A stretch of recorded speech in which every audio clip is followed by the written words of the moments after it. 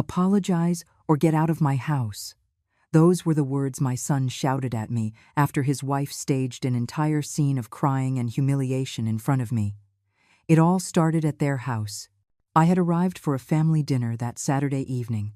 Jessica was there, sitting on her outrageously expensive sofa in her designer dress and that fake smile she always gives me when Ethan is looking, a smile that vanishes the instant he turns his head. Dinner was awkward, as always. Jessica talked nonstop about her wealthy friends, her trips, the latest piece of jewelry Ethan had bought her, a diamond necklace that cost $8,000. She said it 3 times during dinner. $8,000. As if she needed me to know exactly how much it was worth, as if she needed to rub it in my face that she has the money and the power in that relationship.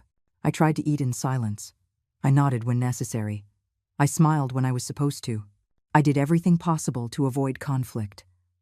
But with Jessica, it's never enough. She always finds a way to make me the problem. Helen, you passed the salt without me asking for it. Her voice came out sharp, offended, as if I had committed an unforgivable crime. I had seen her reaching for the salt shaker and simply slid it closer to her. A normal gesture, a common courtesy anyone would do at a table. But for Jessica, it was the perfect excuse. Sorry, I was just trying to help, I said calmly.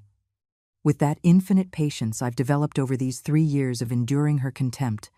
But she was already starting her performance. It's just that you always do that. You always intervene. You always butt in. I can't even have a peaceful dinner without you hovering over me, controlling me. Her voice rose. Her eyes filled with fake tears. Tears that sprang up in a second, as if she had them saved up, waiting for the perfect moment to use them. Ethan put his silverware down on his plate. The sound of metal on porcelain echoed in the silence. I saw him turn to me with an expression I had never seen before, pure hardness, as if I were a stranger who had just insulted his wife in his own home. Jessica, honey, what happened? His voice was soft when he spoke to her, protective, full of concern, the same tone he used with me when he was a boy and someone bothered him at school. But now that tone was for her, and for me there was only contempt. Your mother constantly disrespects me. I can't take it anymore, Ethan. I can't keep pretending everything is okay when she always makes me feel like I'm not good enough for you. Jessica brought her napkin to her eyes. She sobbed. She trembled. An award-winning performance. And my son was buying every bit of it. I was paralyzed in my chair, fork still in hand, watching the scene like I was in a horror movie where I was the main character.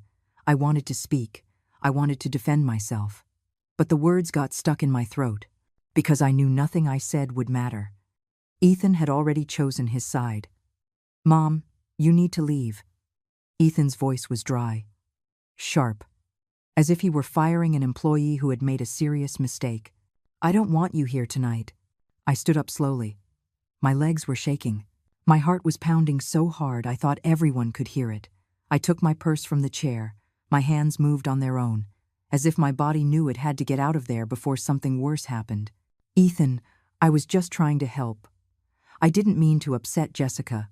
My voice came out broken, small, as if I had shrunk into something insignificant, something that no longer deserved to be in that house full of luxury and appearances.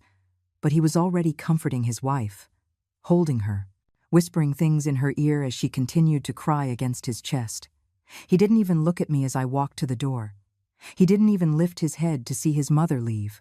Heartbroken, I reached the front door. I opened it. The cold night air hit my face. But before I could take a step outside, I heard his voice behind me. Firm, final, like a sentence with no appeal. Mom, this can't go on. Jessica is right. You're always interfering. You always make her feel uncomfortable.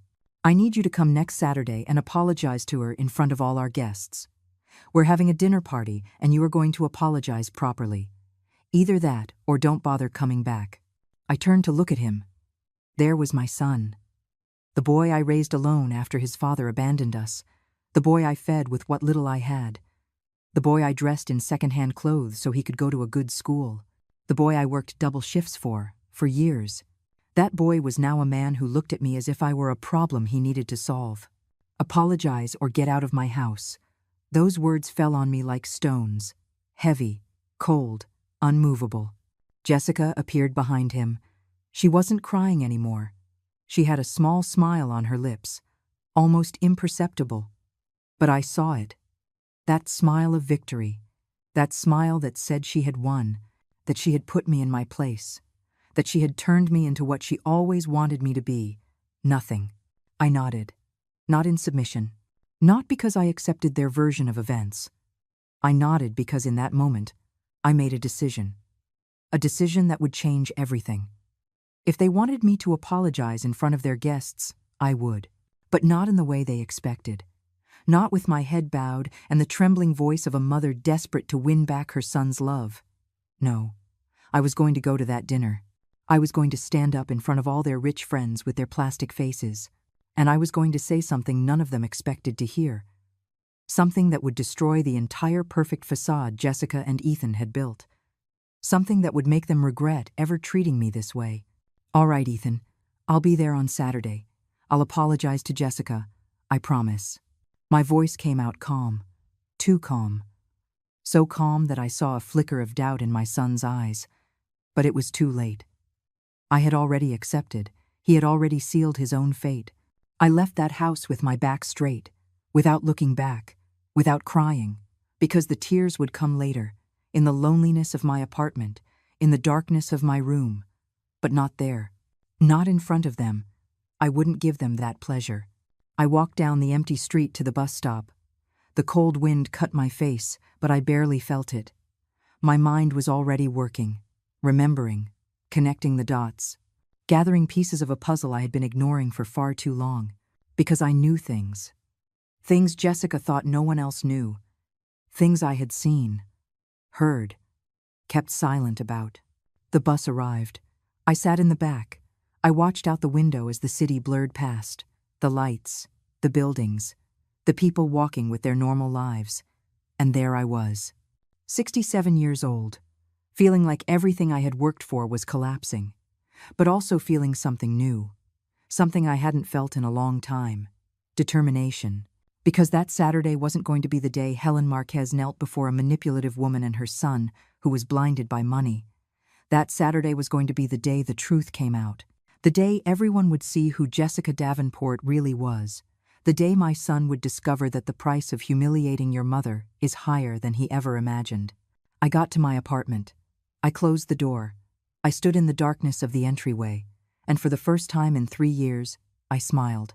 A small, bitter smile, but a real one. Because now I had a purpose, now I had a plan, and nothing and no one was going to stop me. There was a time when Ethan and I were inseparable, a time when he would come to me to tell me everything, his joys, his fears, his dreams, a time when I was his favorite person in the whole world. I remember the day he was born, March 29th. It was raining so hard the streets looked like rivers. I was alone at the hospital. His father had left us 2 months earlier when he found out a baby was coming. He said he wasn't ready to be a father, that he had other plans, that I would understand someday. I never understood. But I didn't need him either, because when they placed Ethan in my arms and I saw him open those dark eyes, I knew he was all I would ever need in this life. The first few years were hard. I worked in a laundromat during the day and cleaned offices at night. I slept 4 hours, sometimes less. But every time I came home and saw my son smiling at me from his crib, all the exhaustion disappeared. All the pain was worth it. Because I was building something. I was giving my son a chance at a better life than mine. Ethan was a brilliant child. He learned to read before the other kids in his class. He always brought home good grades. The teachers told me he was special, that he had a promising future, and I believed it. I worked more hours. I saved every penny, all so he could go to a good college someday. When he was 8, Ethan won a math contest at his school. I remember him running home with the certificate in his hands. Mom, I won! Look what I won! His eyes were shining with excitement, with pride. I hugged him so tight that he laughed and told me I was squishing him, but I couldn't let go. I couldn't stop thinking that all the sacrifice was paying off. That night, we had his favorite meal. Spaghetti with tomato sauce. Nothing fancy, nothing expensive. But for us, it was a feast. We ate sitting on the living room floor because we didn't have a table yet. We laughed. We talked about his dreams. He wanted to be an engineer. He wanted to build huge bridges that connected cities. He wanted to do important things. And I told him he would, that I would do everything possible to make sure he did. And I did. I worked until my body begged for rest, and even then, I kept going. Every extra dollar went into a savings account for his education. Every weekend I could pick up an extra shift. I took it. It didn't matter how tired I was. It didn't matter how much my back ached or how much my hands burned from all the washing and cleaning. Ethan was my purpose. My reason to keep going. When he reached his teenage years, our bond grew even stronger. He told me about the girls he liked, about problems with his friends, about his insecurities. I was his confidant, his advisor, his safe harbor. Every night, before bed, he would come into my room, and we would talk for hours, about everything, about nothing, just enjoying each other's company. "Mom, you're the strongest person I know," he told me one night when he was 15. He had just found out that one of his classmates had both parents and lived in a big house with a yard. I think he felt bad about our situation, about our small apartment, about the clothes I wore, which were already years old. But I took his hand and told him we didn't need more, that the two of us were enough, that love isn't measured in square feet or new clothes. And he believed me. For many years, he believed me. We were a team, Helen and Ethan against the world. That's what we called ourselves. That's how we felt. Invincible, united, unbreakable. He managed to get into college on a scholarship. I cried with happiness the day the acceptance letter came. I cried so much that Ethan had to hug me and tell me it was okay, that we had done it, that his life was going to change. And it did. He studied civil engineering, just like he always dreamed. He graduated with honors. He got a job at a major firm. He earned good money, very good money, more money than we had ever seen in our entire lives. The first thing he did when he got his first paycheck was take me to a fancy restaurant. "Mom, this is for everything you did for me." He ordered wine. He ordered an appetizer. He ordered dessert. He spent almost $200 that night.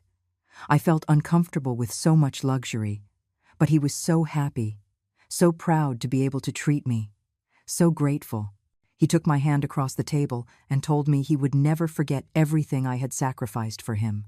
I'll never forget those words, because they were the last truly honest words he ever said to me. The last words before everything changed, before she appeared. During the first few years of his career, Ethan came to visit me every week. Sundays were ours. We ate together. We watched movies. We talked about his work, his projects, his future plans. He bought me a new refrigerator when the old one broke.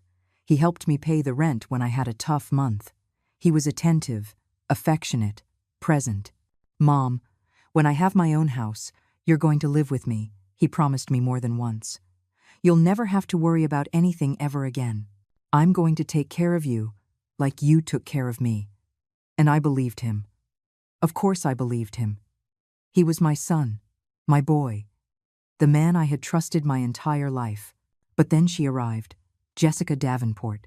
He met her at a business conference, a woman from a wealthy family, with contacts, with influence, with all the money we never had. Ethan introduced me to her 3 months after they started dating. He brought her to my apartment one Saturday afternoon. "Mom, I want you to meet someone very special." His voice sounded excited, nervous, like when he was a kid and had something important to show me.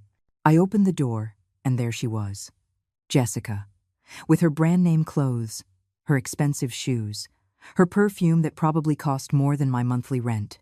She looked at me with a polite smile, but her eyes sized me up in a second. They measured me, they judged me, and they found me lacking. "A pleasure, Helen." She didn't say Mrs. Marquez.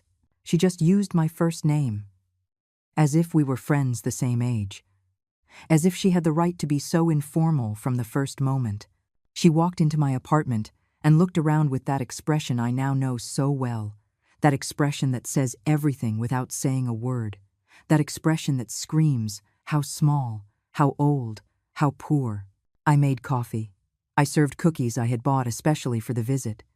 I tried to make conversation, but Jessica answered in monosyllables, with forced smiles, with glances at her watch, as if being in my home was a torture she had to endure just because Ethan had asked her to. And Ethan didn't notice, or didn't want to notice. He was so fascinated by her, so enchanted. He looked at her as if she were the most wonderful thing he had ever seen. And maybe to him, she was.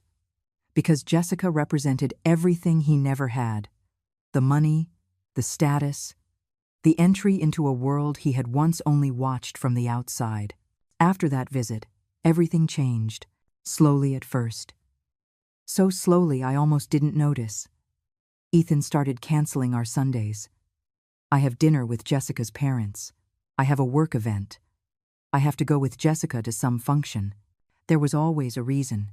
There was always something more important than spending time with me. The calls became less frequent, the visits more spaced out. And when he did come, he wasn't the same. He talked differently. He dressed differently. Even the way he looked at me had changed, as if he were suddenly ashamed of where he came from. As if I were an uncomfortable reminder of a life he wanted to forget. But I kept waiting. I kept believing it was just a phase, that when the novelty of the relationship wore off, my son would come back, that he would remember who was there when he had nothing, that he would remember who sacrificed everything so he could get where he was. How wrong I was. Jessica interred my son's life like a quiet storm. At first, everything seemed normal, even nice.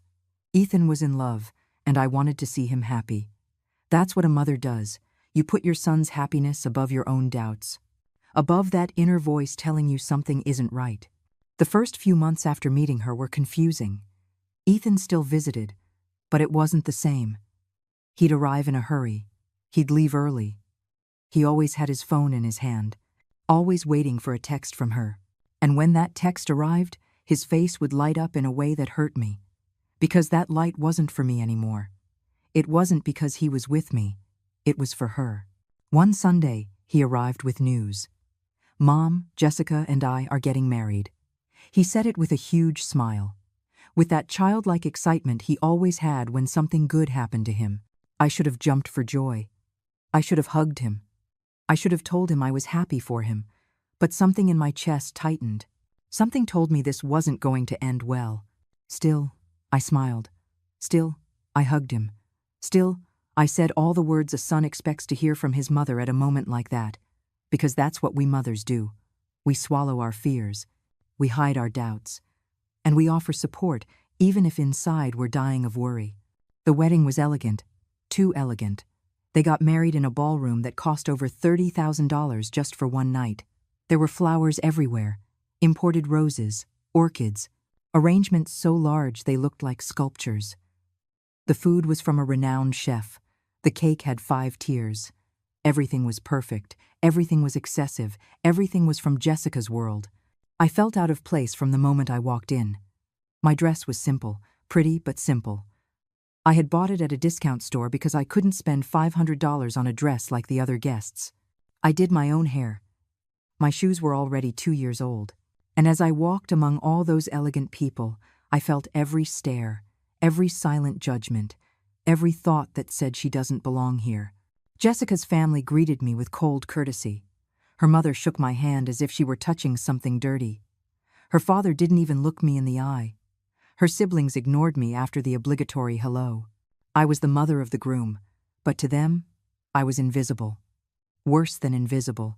I was an uncomfortable reminder that Ethan came from nothing, that he hadn't always had money or an important last name. During the ceremony, I sat in the front row, alone. Because I had no one else. My family is small. My friends couldn't afford to come to a wedding like that. So there I was, watching my son marry a woman I barely knew, watching him look at her as if she were his entire universe, and feeling like I was becoming nothing. At the reception, they sat me at a table in the back, far from the head table where the bride and groom were, far from Jessica's family, who occupied the best tables. I shared a table with people who also didn't know anyone, distant cousins of someone, friends of friends. all just as lost as I was in that sea of luxury and appearances. Ethan came to greet me during the dancing. "Mom, you look beautiful." He lied. I knew it wasn't true, but I appreciated the lie because at least it meant he still cared about my feelings. We danced one song. He led me to the floor, and I tried not to cry. I tried not to think that this was the beginning of the end. That after today, my son wouldn't be just mine anymore. He wouldn't need me like he used to. "Thank you for everything, Mom.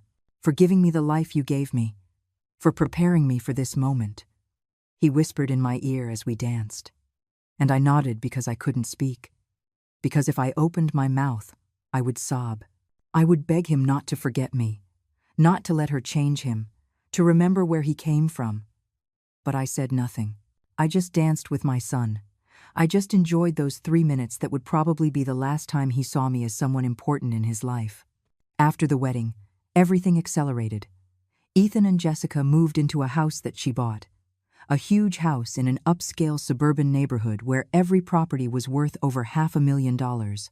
I went to visit them a week after they got back from their honeymoon. I brought a gift. A simple but nice set of dishes. It was what I could afford, what my budget allowed. Jessica opened the gift in front of me. She looked at the plates, turned them over to see the brand, and then she smiled. That smile I was starting to know. That smile that doesn't reach the eyes. "How lovely, Helen. Thank you. Although we already have a dinner service, but we can use this for when we eat something informal. Something simple." She left the box on the table as if it were trash to be thrown out later. Ethan said nothing. He didn't defend my gift. He didn't tell his wife to be kinder. He just looked away, uncomfortable, ashamed. And I understood in that moment that I couldn't count on him anymore. That she already had more power over him than I did. The following months were a process of slow disappearance. Every time I called, Ethan was busy. Every time I suggested visiting, there was a commitment. A dinner, a trip, a meeting. Always something that was more important than seeing his mother. And when they finally did invite me, Jessica was there, controlling the conversation, interrupting when I spoke, correcting things I said. "Ethan, your mom said you put the tomato in first, but really, it goes in last." Small corrections, small humiliations, designed to make me feel stupid, to make me feel like I knew nothing, that she knew more, that she was better. And the worst part is that Ethan let it happen. He would laugh, he would nod, he would agree with her, his mother who raised him, his mother who sacrificed everything for him, his mother who worked until she broke so he could get an education. That mother was now less important than his rich wife's opinion. One day, I visited without calling first. It was a mistake. I knew it the moment Jessica opened the door, and I saw her face. Pure annoyance. Disgust, almost. "Helen, we weren't expecting you." She didn't say come in. She didn't say what a surprise. She just left me standing there at the door as if I were a persistent salesperson who had knocked at a bad time. "I just wanted to see Ethan. I haven't seen him in 3 weeks." My voice came out small, pleading. I hated how I sounded. I hated that I had become someone who had to beg to see her own son. "He's working. He has an important meeting on a video call. He can't be interrupted." Jessica was already closing the door. I put my foot out to stop it, a desperate gesture, a pathetic gesture.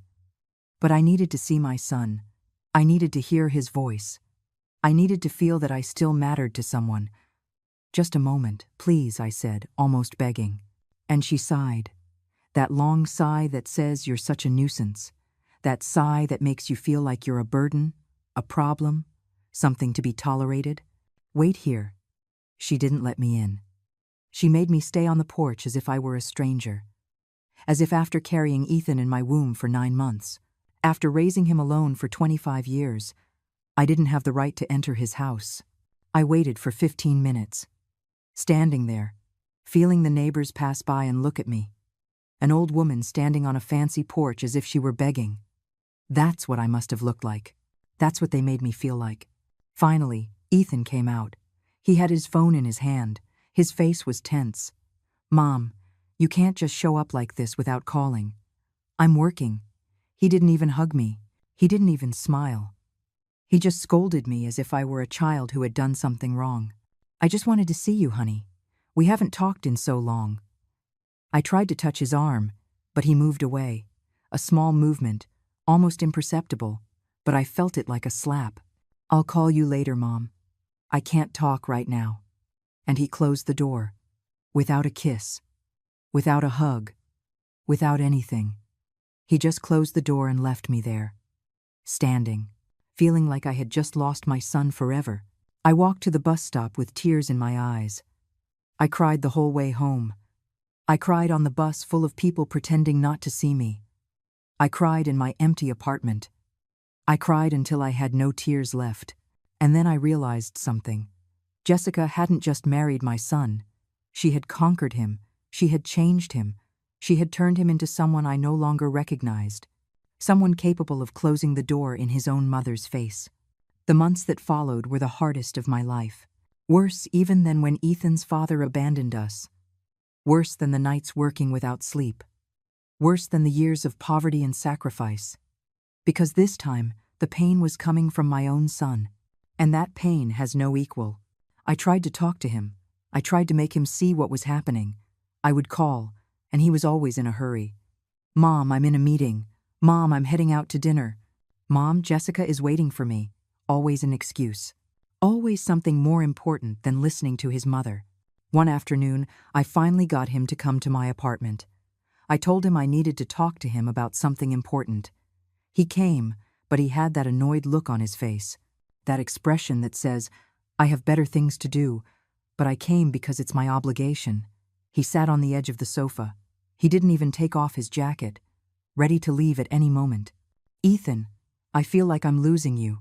I was direct. No beating around the bush. Because I didn't have time to be careful anymore. "I barely see you. We barely talk. And when we are together, I feel like you're not really with me. That your head is somewhere else." With her? His face changed. It became hard, defensive. "Mom, don't start. Jessica has nothing to do with this." His voice was irritated, as if I had said something offensive, as if mentioning his wife were a crime. "I didn't say she's to blame. I'm just saying that since you got married, everything changed. You changed." I tried to stay calm. I tried not to sound accusatory. But it was hard, because every word I said was true, and he knew it. "I grew up, Mom. That's what happens. People grow up, people change. I can't keep being your little boy my whole life. I have a wife now. I have responsibilities. I have a life." His words were like blows, each one designed to hurt me, to make me feel like I was the problem, that I was the one who didn't understand. "I'm not asking you to be my little boy. I'm just asking you to include me in your life, to not treat me like I'm a stranger, like I'm not the person who gave everything for you." My voice broke. I hated showing him weakness, but I couldn't take it anymore. I couldn't pretend everything was fine. "You're so dramatic, always exaggerating everything. Jessica is right. You're too intense, too demanding." He stood up. He was already leaving. He had already decided this conversation was over, and I couldn't do anything to stop him. "Jessica said that about me?" It wasn't a question. It was a confirmation that she spoke ill of me, that she was filling him with poison against his own mother, and he was letting her. Worse, he believed her. Ethan didn't answer. He just looked at me with those eyes I no longer recognized. Those eyes where there once was love, and now there was only discomfort, annoyance. "I need to go, Mom. Jessica is waiting for me to go to dinner with her parents." And he left, leaving me there with a broken heart and 1,000 unanswered questions. After that conversation, I stopped insisting. I stopped calling him so much. I stopped suggesting plans. Because every rejection hurt more than the last. Every excuse was like a door slamming shut. And I was tired of banging my head against closed doors. But the silence was worse. Not hearing from him. Not hearing his voice. Watching weeks go by without a call, without a text, without anything. It was like watching him die slowly, like losing him bit by bit, and not being able to do anything to stop it. One night I dared to send him a text. Simple, direct. "Ethan, I miss you. Can we see each other? I sent it and stared at the phone, waiting for his reply. An hour passed. 2 hours. 3 hours. Nothing. He left me on red. He didn't reply.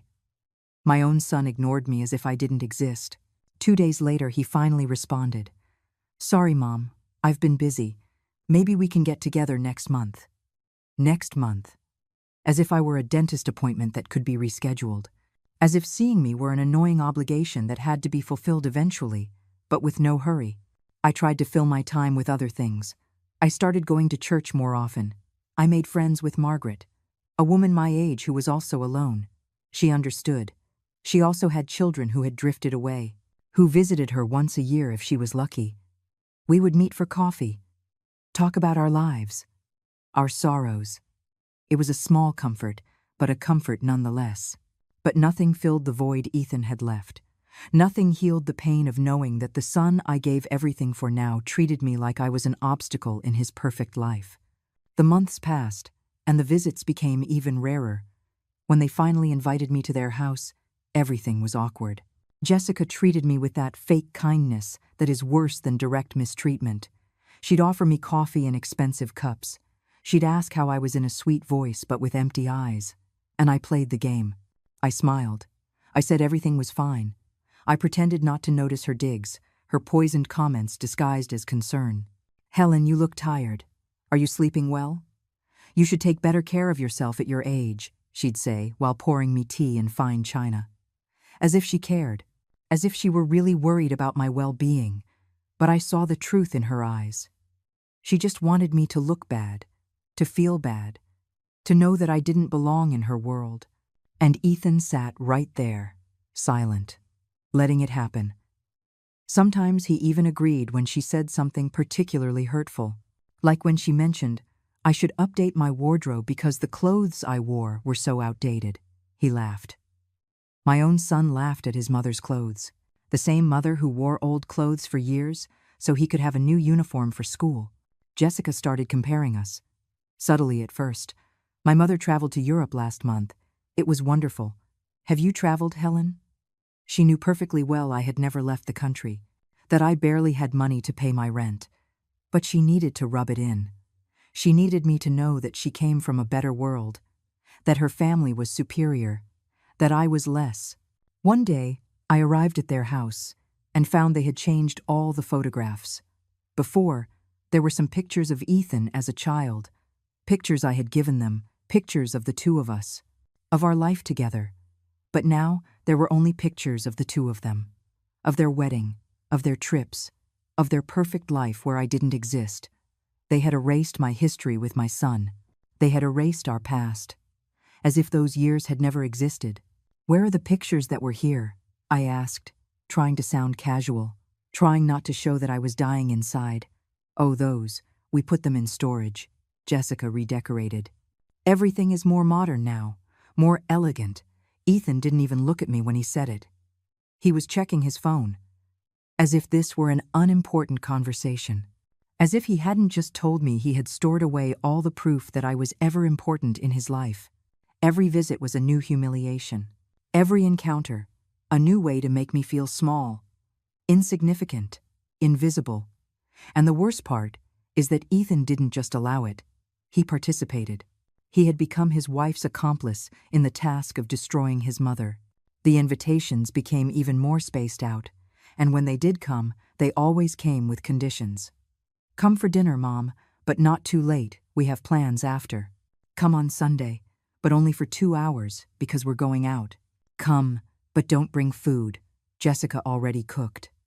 Come, but don't talk about certain topics. They make Jessica uncomfortable. Come, but basically, don't be you. Don't exist. Just show up and disappear without a trace. I tried to talk to Ethan one more time, over the phone, because he wouldn't even see me in person anymore. Ethan, I know Jessica doesn't want me around. And I understand she's your wife, and she's your priority now. But I am your mother. That doesn't change. That should never change. Mom, enough already. You're obsessed. Jessica has nothing against you. You're the one who's always looking for trouble, the one who's always making drama. His voice sounded tired, fed up. as if I were a capricious child who couldn't understand reason, as if this were all a product of my imagination, of my need to create conflict where there was none. I'm not looking for trouble. I just want you to treat me like your mother, to include me in your life, to not make me feel like I'm a nuisance. The tears started to fall. My voice trembled. I didn't care about sounding desperate anymore. I was desperate. I can't keep having this conversation. It's always the same with you. Always the victim, always suffering. You need to grow up, Mom. You need to understand that you're not the center of my world anymore. And he hung up. My son hung up the phone on me while I was crying, while I was begging him for a little love, for a little consideration. I sat there in my living room, with the phone in my hand, feeling like I had just lost the final battle, that there was nothing more to be done, that my son was gone, that the boy I raised with so much love had become a stranger, someone capable of hurting me without remorse, without guilt, without anything. The truth came to me in the most unexpected way. A Tuesday afternoon. I had gone to the bank to deposit my Social Security check when I saw Jessica coming out of a fancy downtown coffee shop. She wasn't alone. She was with a man, young, well-dressed. And the way they were talking wasn't the way you talk to a friend. It was intimate, complicit, suspicious. I hid behind a lamppost. I didn't want her to see me. I didn't want to have to greet her and pretend everything was fine. But I couldn't stop watching either. There was something about that scene that unsettled me, something that told me I needed to pay attention. The man handed her a folder. Jessica opened it. She reviewed some papers. She nodded, and then she took an envelope from her purse and gave it to him. It was fast, discreet. But I saw it. I saw the exchange. I saw how she looked around before doing it, as if she didn't want anyone to see her, and then I knew something was wrong. That whatever was happening there wasn't legal, or at least, it wasn't honest. I stood there for several minutes after they both left, trying to process what I had seen, trying to find an innocent explanation. Maybe he was a lawyer. Maybe they were work papers. Maybe I was seeing things that weren't there because I was already biased against her. But something deep inside told me no, that this was important, that I had to investigate, that I had finally found a clue to who Jessica Davenport really was. I couldn't sleep that night. I kept turning over what I had seen. The envelope, the folder, the nervous way Jessica looked around. And then I made a decision that would change everything. I was going to find out what she was hiding. I was going to find the truth, even if it hurt me, even if it destroyed what little was left of my relationship with Ethan. I called Margaret the next day. Margaret, I need your help. I told her what I had seen. She listened in silence. And when I finished, she sighed. Helen, be careful. Getting involved in this could be dangerous. But I had already decided. There was no turning back. Margaret had a nephew who worked as a private investigator. Nothing big. Small cases, infidelities, minor fraud. But he knew how to get information, how to follow leads, how to find what others wanted to hide. I asked Margaret to put me in touch with him. Mark Jennings, that was his name. A man in his 40s, serious, professional. We met at a coffee shop far from Ethan's neighborhood. I didn't want to risk anyone seeing us. I told him everything, about the man, the folder, the envelope, and I also told him about how Jessica had entered my son's life, how she had pushed me away, how everything had changed since she appeared. Mrs. Marquez, I understand your situation, but I need you to understand that this could take time, and it could cost money. Investigating isn't cheap. Mark was honest from the start. He told me he would need at least $1,000 to start, to follow her, to check public records, to see if there was anything shady in her past. $1,000 was almost everything I had saved. It was my emergency fund, the money I kept in case I got sick, in case I had to move, in case something serious happened. But in that moment, I knew there was nothing more serious than losing my son without a fight. That if I didn't do this, I would regret it for the rest of my life. I gave him the money. All of it. And Mark began his work. He told me he would call me in 2 weeks, that I shouldn't try to contact Jessica or Ethan in the meantime. that I should act normal, that I shouldn't raise any suspicions. Those were the longest 2 weeks of my life. Every day I woke up wondering if I had done the right thing, if this wouldn't just make me the villain of the story, the meddling mother-in-law who couldn't let her son live his life.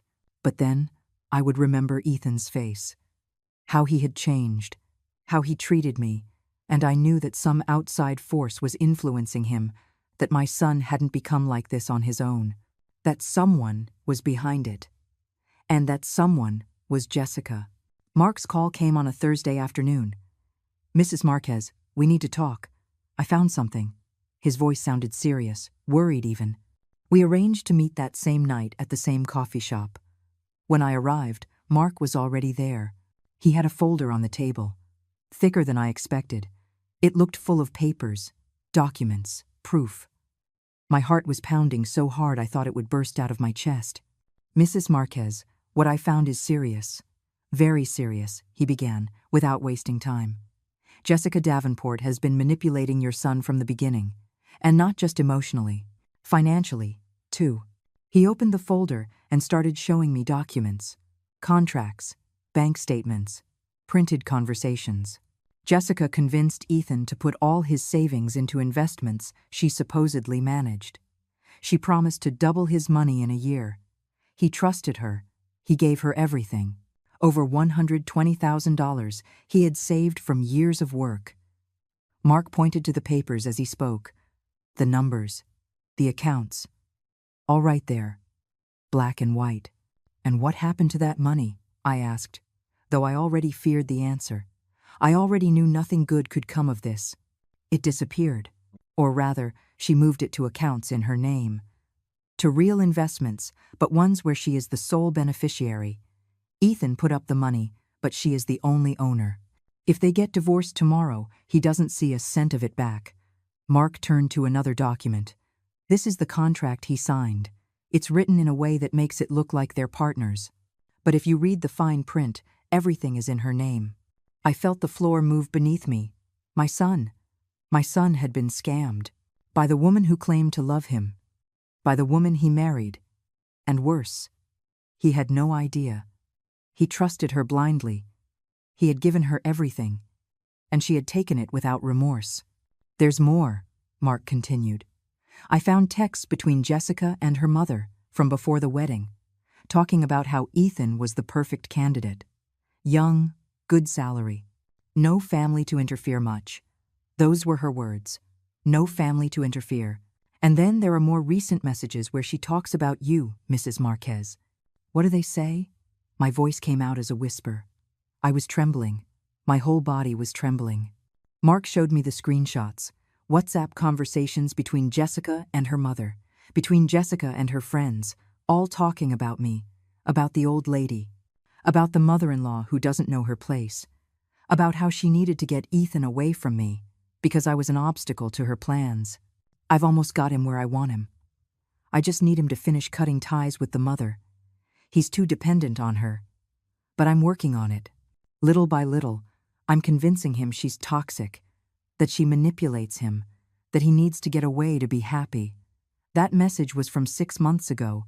6 months in which Jessica had systematically poisoned my son against me. Another message read, "The old lady showed up today without calling. I had to make up that Ethan was busy. She can't keep just appearing like that. I need him to set clearer boundaries. Maybe if I stage a situation where she looks bad in front of everyone, he'll finally understand he has to choose. Either her or me. And obviously, he'll choose me." Tears streamed down my face, unchecked. I read message after message, seeing how this woman had planned every step, every humiliation, every moment of pain. It had all been calculated. It had all been part of a plan to destroy my relationship with my son and take his money. I also found this. Mark pulled out more papers. Jessica has debts. A lot of debts. Her family isn't as rich as they seem. Her father has been bankrupt for 3 years. He lost his business. The house they live in is mortgaged to the hilt. All the money they have is borrowed. It's all appearances, pure smoke. And Jessica needed to marry someone who could maintain that lifestyle. Someone who had money, or who could get it. And she found Ethan. He showed me bank statements from the Davenport family. Debts to banks, to lenders, to credit card companies, hundreds of thousands of dollars. And all the while, they kept up appearances, kept living in their big house, kept buying expensive clothes, kept traveling, all with money they didn't have, all with loans they couldn't pay. And now Jessica was doing the same with my son's money, spending it, investing it in her name, making sure that when everything collapsed, she would be protected and Ethan would be left with nothing. Does Ethan know any of this? I asked, though I already knew the answer. Mark shook his head. He has no idea. She shows him fake account statements, tells him the investments are doing well, that they're making money. But the truth is, every month she takes money out of those accounts to pay her family's debts, to maintain the illusion of wealth, and Ethan works harder and harder, thinking he's building a future, not knowing that future is being stolen every single day. I closed my eyes. I tried to breathe. I tried to process everything I had just discovered. My son was being manipulated, scammed, deliberately alienated from me, and all for money. For damn money and appearances. What do I do with this, Mark? How do I tell my son that the woman he loves is a liar? How do I show him this without him thinking I'm making it up because I don't like his wife? That's the problem, Mrs. Marquez. Jessica has done a perfect job. She has planted in Ethan's mind that you are the problem, that you're controlling, jealous, manipulative. So if you show up with this proof, there's a good chance he won't believe you, that he'll think you paid to fabricate evidence, that you're so desperate to separate them that you're capable of lying. I spent days staring at those documents. I read them over and over as if they might change, as if I'd discover it was all a mistake, that Mark had been wrong, that Jessica wasn't really a manipulator who had planned everything from the beginning. But no, the papers kept saying the same thing. The truth remained the same, raw, painful, undeniable. I put everything in a shoebox at the back of my closet. I couldn't leave them out. Every time I saw them, my stomach hurt. It made me want to call Ethan and scream the truth at him, to go to his house and shove the documents in his face, to force him to see what I saw. But I knew I couldn't do it that way. Jessica had done her work too well. She had turned me into the enemy, the toxic mother who couldn't be trusted. Margaret came to visit me often during those days. She brought me food because I had no desire to cook. She sat with me in silence when I didn't want to talk. And when I finally did speak, she just listened. She didn't judge. She didn't tell me what to do. She was just there. And that was more than my own son was doing for me. You have to be smart, Helen. You have to think carefully about how to use this, because you're only going to get one chance. If you do it wrong, Ethan will never believe you, and you'll lose him for good. Margaret's words echoed in my head all the time. She was right. I couldn't mess this up. I couldn't let my emotions control me. I had to be cold, calculating. Like Jessica, I started to watch, to pay attention to every detail. Every time Ethan mentioned something about his life, I wrote it down. Dates, names, places, financial decisions Jessica had suggested, trips they had taken, big purchases, everything. I was building a map, a timeline that showed the pattern, the systematic way Jessica had taken control. I also started saving every text Ethan sent me, every conversation where he repeated things that Jessica had clearly told him. Mom, you need to understand you can't just come over whenever you want. Mom, she feels uncomfortable when you criticize her decisions. Mom, you have to respect that I have my own family now. Words that didn't sound like my son. Words that had Jessica's venom hidden behind them. Mark called me 2 weeks later. I have more information. Jessica is planning something. We arranged to meet again. This time in a park. More discreet.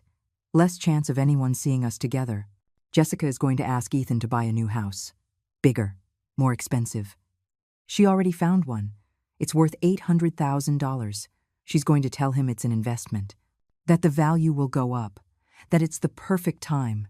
Mark showed me an email she had sent to a real estate agent, dated 2 days prior. My husband has good credit and excellent income. We are ready to make an offer. Ethan doesn't have $800,000. I barely had enough to buy the one I live in now, I said, confused, not understanding how Jessica planned to do this. I know, but she's going to convince him to take out a massive loan, to use all the credit he has. And when they get that house, she's going to have it put in both their names, but with a special clause. If they divorce, the house goes to her, because she's going to argue that her family put down the down payment, which is a lie. But she'll forge documents to prove it. Mark knew things that scared me, things that made me wonder just how deep Jessica's plan went. That's fraud. That's illegal. My voice trembled, not with fear, with rage, with helplessness. Watching this woman destroy my son, and I couldn't do anything to stop her. It is, but it's very hard to prove if Ethan signs voluntarily, if he agrees to everything without reading, without questioning, which is exactly what Jessica has been training him to do for 3 years. Trust her blindly. Don't doubt. Don't ask for second opinions. Just sign where she tells him. Mark put the papers away. Mrs. Marquez, if you're going to do something, it has to be soon, before he signs for that house. Because if he does, he will be financially tied to Jessica for decades, and getting out of that will be almost impossible. I didn't sleep that night. I sat on my bed with the box of documents in my lap, thinking, planning, trying to find the perfect way to reveal the truth. It had to be in public. It had to be in front of witnesses. It had to be at a moment when Jessica couldn't escape, where she couldn't twist the story, where she couldn't play the victim. And then I remembered. The dinner party. The one where I was supposed to apologize, where Ethan had invited his rich friends, Jessica's associates, the people who mattered in their new world of appearances. That was my chance. That was the perfect moment. I called Mark. I need you to come to that dinner. I need you to be a witness, and I need you to bring everything. Every document, every piece of proof, every text, everything. I explained my plan. He listened in silence. When I finished, there was a long pause. Mrs. Marquez, this is going to be brutal. It's going to destroy Jessica. But it's also going to destroy the image Ethan has of his life, of his marriage, of everything. Are you sure you want to do this? His voice sounded worried, as if he were warning me of the consequences, as if there were no going back after this. I'm sure. My son deserves to know the truth. He deserves to know that the woman he married is using him, is stealing from him, and is deliberately pushing his mother away. If after knowing all this, he still decides to stay with her, at least it will be his decision, an informed decision, not one based on lies. My voice came out firm, firmer than I had felt in months. All right, I'll be there. Mark agreed. And then I knew there was no turning back. That at that dinner, everything was going to change, for better or for worse. But it was going to change, and I was going to be the one to start it. I spent the days leading up to the dinner preparing, rehearsing in my head what I was going to say, how I was going to say it. I had to be perfect. I had to be clear, direct, with no emotions to betray me, no tears to make me look weak, no rage to make me look like the bitter mother-in-law. Just facts, just truth, just justice. I tried on 3 different dresses.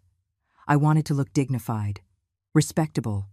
I didn't want anyone to be able to say I was the poor mother, envious of her son's life. I chose a gray dress, simple but elegant. I fixed my hair. I put on a little makeup. When I looked in the mirror, I saw a different woman.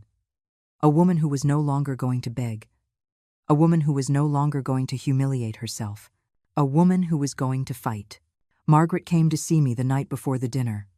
"Are you ready?" she asked. I nodded. "I'm ready. For the first time in a long time, I'm ready."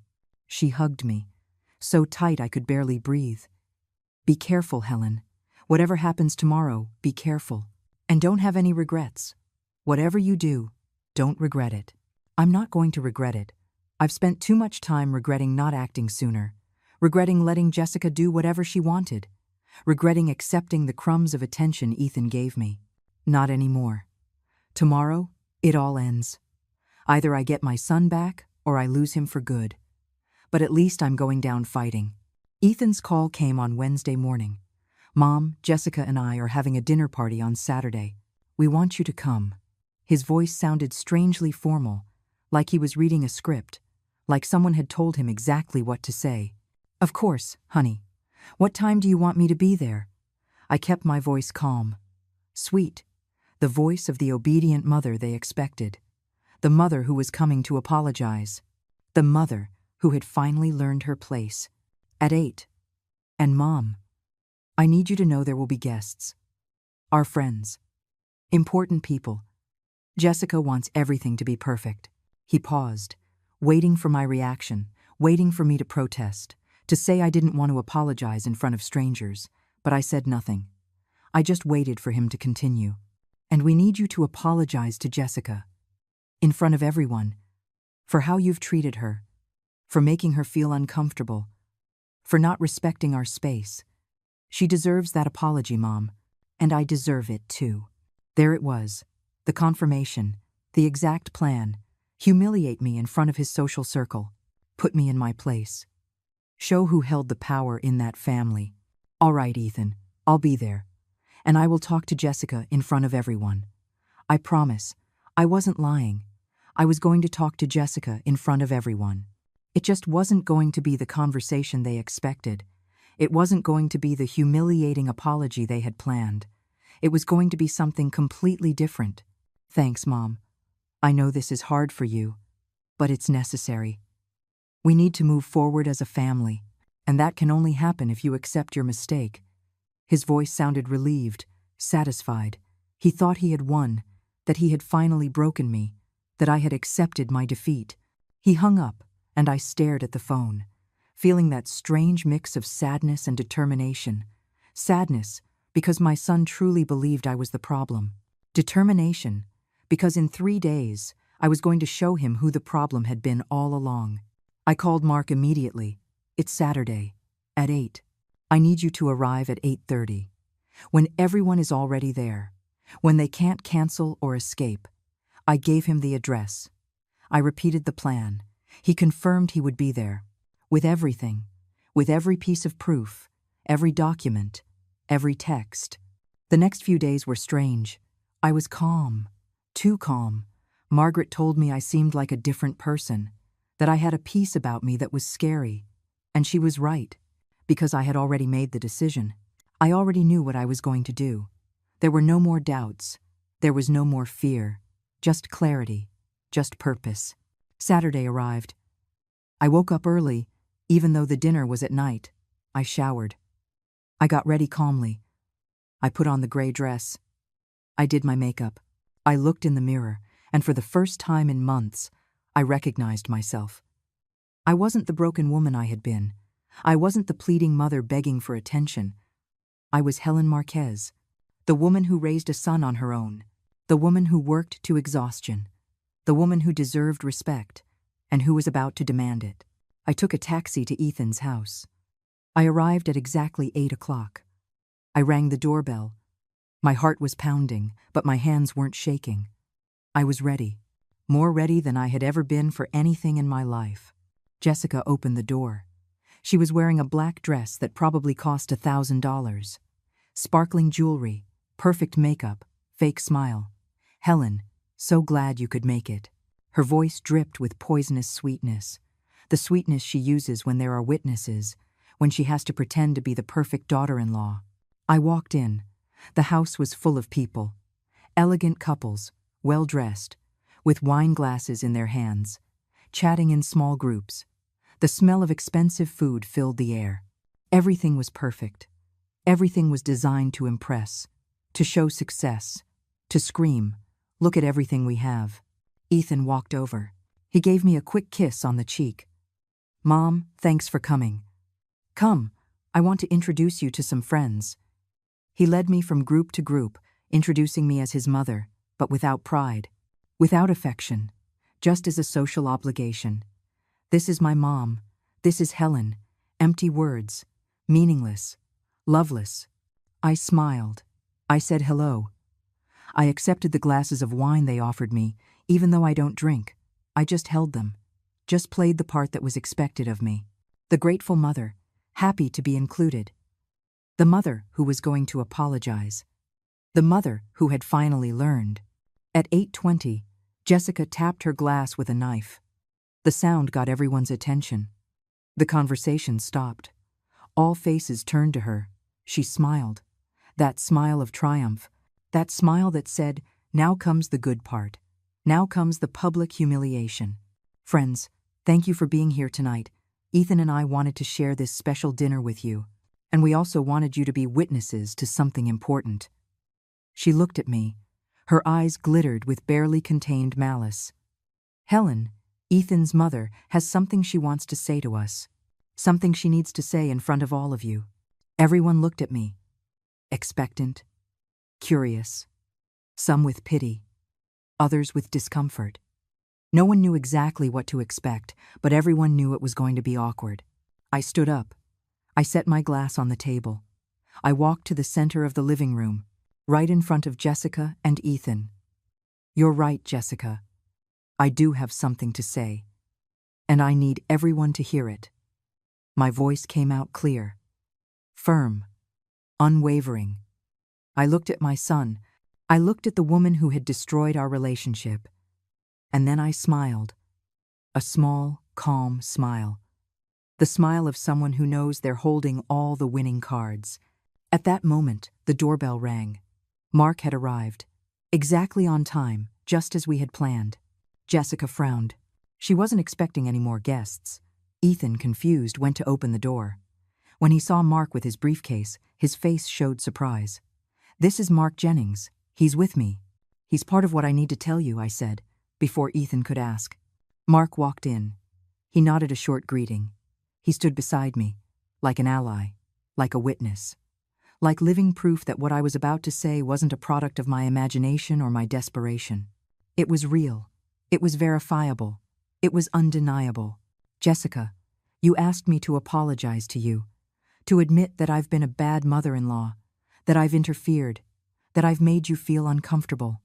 I paused. I let the silence stretch. I let everyone pay attention.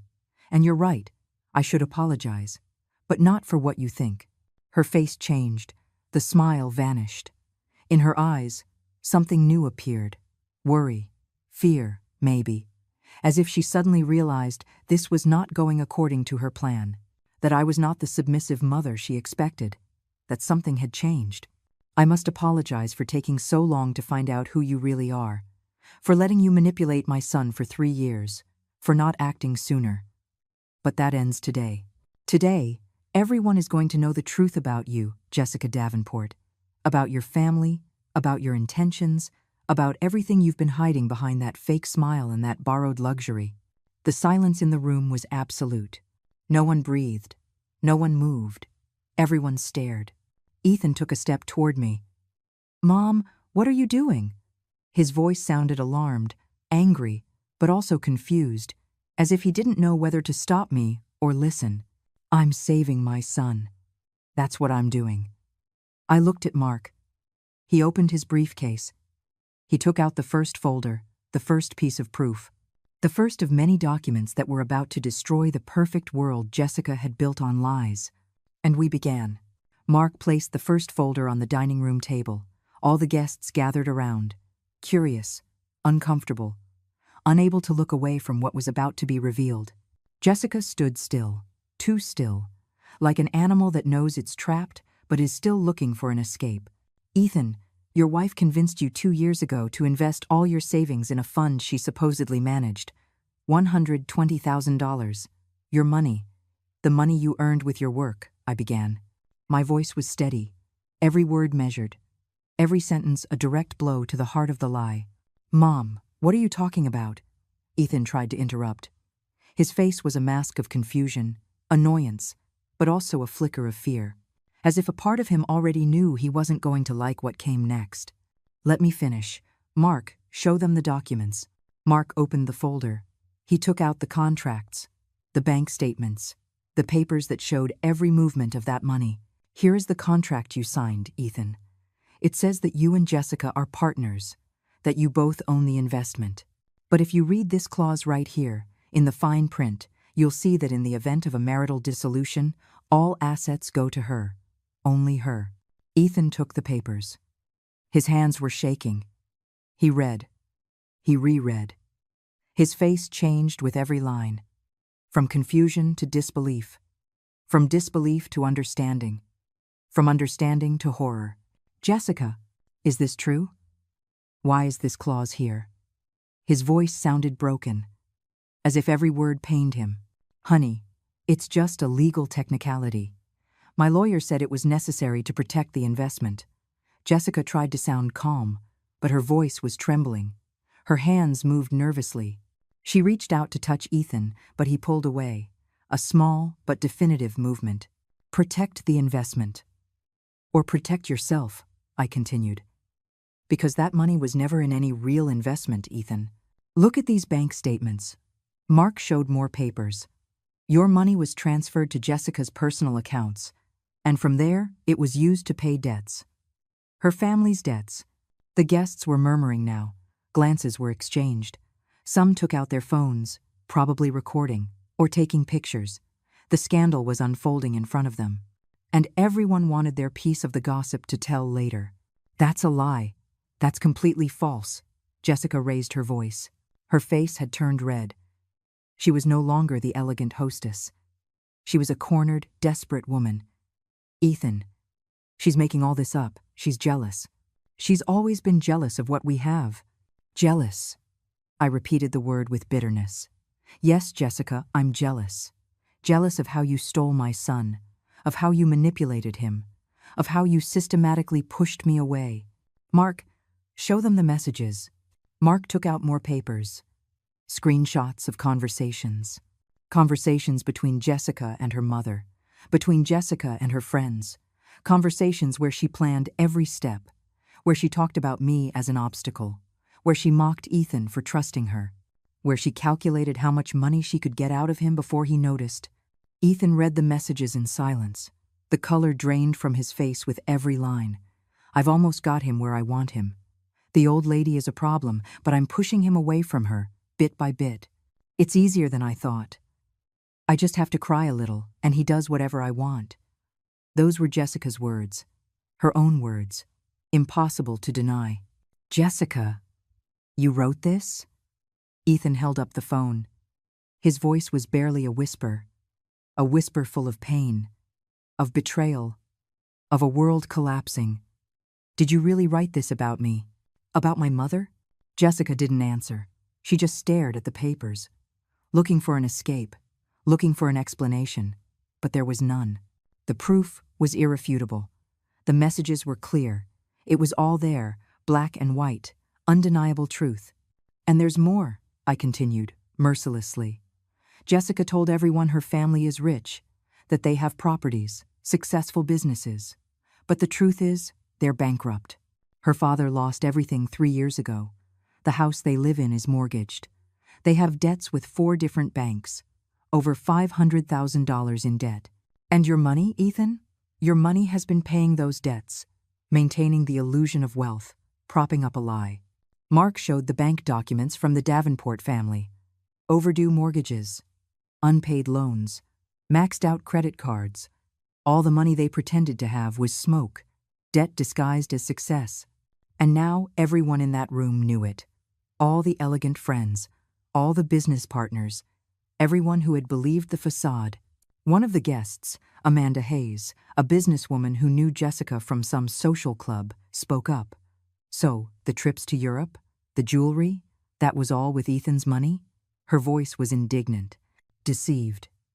Because she had probably also believed that Jessica was on her same social level, that she belonged in that circle of wealth. And now she was discovering it was all a lie. Jessica tried one last time. Ethan, please let me explain. Yes, I made mistakes, but I did it for us, for our future. Your mother is twisting everything. She's making it look worse than it is. Her eyes filled with tears. Real tears this time. Not of manipulation, of desperation, of watching everything fall apart.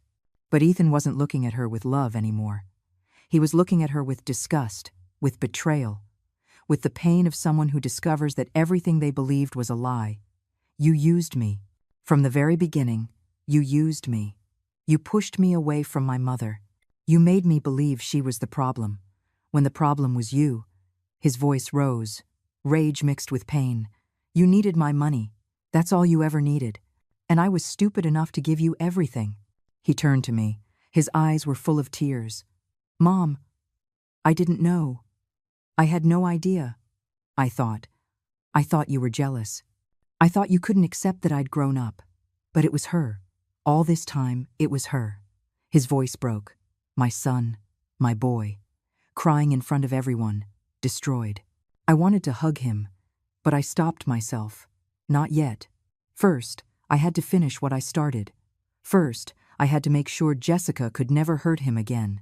Ethan, she was going to have you sign an $800,000 mortgage next week for a house that was going to be in her name, with fake documents saying her family put down the down payment. You were going to go into debt for 30 years for a house that would never have been yours. Mark showed the emails, the documents from the real estate agent, the entire plan, detailed, ready to be executed. All that was missing was Ethan's signature.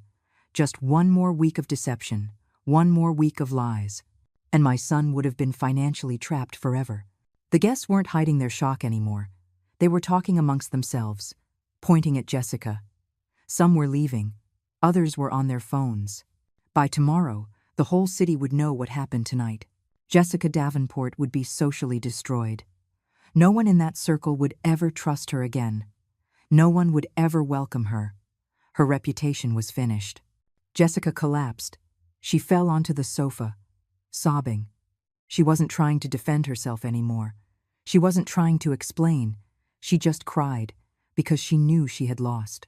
That everything she had worked for, everything she had built on lies, had come crashing down in one night. At one dinner, because of one mother-in-law she had underestimated. Ethan walked over to me. He took my hands. Mom, forgive me. Please, forgive me. I was an idiot, a blind fool. I treated you so badly. I pushed you away. I made you feel like you didn't matter. And all because I believed her lies. His words came out in gasps. Between sobs, my son was crying, and I finally let the tears fall too. I hugged him, tight, tighter than I had hugged him in 3 years, the way I used to hug him when he was a boy, and the world hurt him. And I was his refuge, his protection, his home. It's okay, honey. It's okay. It's over now. It's all over, I whispered against his head, and I felt him cling to me, as if I were the only solid thing in a world that had turned to liquid. The days that followed that dinner were strange. Ethan showed up at my apartment the next day, early. His eyes were swollen from crying. He had an expression I hadn't seen on his face in years, pure vulnerability. He sat on my old sofa, and for hours, he said nothing. He just sat there, like when he was a boy and would come looking for comfort after a hard day. I didn't try to fill the silence with words. I didn't say I told you so. I didn't bring up the 3 years of pain. I was just there, present, as I had always been, as I always would be. Because that's what mothers do. We take our children back when the world breaks them, without judgment, without reproaches, just with open arms. Mom, how could I have been so blind? He finally spoke. His voice was broken, ashamed. How could I not see what she was? How could I let her treat you like that? Let me treat you like that? He covered his face with his hands, and he cried again. The tears of a man who discovers he built his life on lies. I sat down next to him. I took his hand. The same hand I held when he took his first steps. The same hand I bandaged when he fell off his bike. The same hand that now trembled with pain and regret. She is very good at manipulating, Ethan. She chose you because she knew you were noble, that you were trusting, that you loved with your whole heart. It's not your fault for believing in someone who said she loved you, but it is my fault for pushing you away, for treating you like you didn't matter, for making you feel like you were the problem. He looked at me with those eyes that looked so much like mine, the eyes he inherited from me. Mom, I will never be able to apologize enough. I'll never be able to make up for those 3 years. I don't need you to make up for anything. I just need you to never again forget where you came from. Who was there when you had nothing? Who loved you, even when you stopped loving me?" My voice was soft. No resentment. Because resentment doesn't build bridges. And I needed to get my son back, not punish him. Ethan moved back into a small apartment. He left the house he shared with Jessica. He started divorce proceedings. Mark helped him with the legal documents, with the lawsuits to recover at least part of the stolen money. It would be a long, painful process, but a necessary one. Jessica tried to call him several times. She sent him long texts, letters, begging for another chance, promising she would change, that it had all been a misunderstanding. But Ethan didn't answer. He had learned his lesson. He had seen the truth, and there was no going back. The Davenport family tried to threaten lawsuits, public scandals, but Mark had everything documented, every lie, every fraud, every manipulation, and they knew it. They knew that if they took this to court, they would lose even more than they already had. So they stayed quiet, humiliated, socially destroyed. Sundays became ours again. Ethan came to my apartment every week. We ate together, we talked. We laughed sometimes, we cried others, rebuilding what Jessica had destroyed, brick by brick, conversation by conversation, hug by hug. One Sunday, 2 months after that dinner, Ethan arrived with a box. "Mom, I found this stored in the garage of the house." Jessica had hidden them. He opened the box. It was the photographs. All the pictures of our life together, the ones that had disappeared from his house. The ones Jessica had erased. There they were. Ethan as a baby. Ethan at his first communion. Ethan graduating. The two of us, smiling, at every stage of his life. I'm going to frame them. I'm going to put them up in my new apartment. Because I am never going to forget who was there, who loved me when I had nothing, who sacrificed everything so I could have a better life. He looked at me with tears in his eyes. "Forgive me, Mom. Please, forgive me. I already forgave you, honey. The day you were born, I forgave you for anything you could ever do in this life." I hugged him. And I felt that we had finally come back, that my son had returned to me. Not the boy he was, but the man he should have always been. A man who knew the value of loyalty, of true love, of family. Months later, I ran into Margaret at the grocery store. She hugged me tight. "Helen, you look different. You look at peace." And she was right. I was at peace. Because I no longer carried the weight of injustice. I no longer lived wondering what I had done wrong. I no longer felt invisible. I had gotten my dignity back, not by begging, not by pleading, but by defending myself, by showing the truth, by refusing to be the silent victim everyone expected me to be. And in doing so, I didn't just save myself, I saved my son. Ethan now calls me 3 times a week. He visits every Sunday. He includes me in his life, not as an obligation anymore, but as a choice, as someone who wants to be there, who values my presence, who understands what he lost during those 3 dark years. Sometimes he asks me how I could forgive him so easily, how I could take him back without reproaches, without making him pay for the pain he caused. And I tell him the truth, because a mother's love isn't conditional. It's not a love that keeps score. It's a love that forgives, that waits, that never gives up. But I also tell him that forgiveness doesn't mean forgetting, that the scars are still there, invisible but real, and that he will have to live with the knowledge that he hurt the person who loved him most. That is his burden. That is his lesson. And it's a lesson he needed to learn. One afternoon, while we were having coffee in my living room, Ethan said something I'll never forget. "Mom, thank you for not giving up on me. Thank you for fighting. Because if you hadn't, I would have lost everything. My money, my dignity, and worst of all, I would have lost you. And that would have been the most terrible thing of all." I smiled, a calm, serene smile. The smile of someone who fought and won. Not with shouting, not with violence, but with truth, with dignity, with the quiet strength that only mothers know. I was never going to give up on you, honey. Never. Because you are my life, my purpose, my reason to keep going. Today, I am 67 years old. I live in the same small apartment. I wear the same simple clothes. I eat the same simple food. I have no luxuries. I have no riches. But I have my son. I have his love. I have his respect. I have his presence. And that is worth more than all the diamonds and big houses in the world. Jessica left town. I heard she moved back in with her parents. That no one in her social circle ever spoke to her again. That her reputation was destroyed for good. I don't feel pleasure at her downfall, but I don't feel pity either. She chose her path. She chose lies, manipulation, deceit, and choices have consequences. I learned something from all of this. I learned that silence isn't always peace, that putting up with things isn't always love, that sometimes you have to fight, you have to defend yourself, you have to say enough, and you have to do it without fear, without guilt, with the certainty that defending your dignity is never wrong. We mothers do not have to accept mistreatment from our children just because we love them. We do not have to disappear to make room for their new lives. We do not have to become ghosts of our former selves. We deserve respect. We deserve love. We deserve to be present. And if that respect doesn't come willingly, then we have to demand it, with truth, with proof, with the firmness of someone who knows they are right. Because in the end, the truth always wins. Always. It may take time. It may hurt. It may cost tears and sleepless nights. But it always, always wins.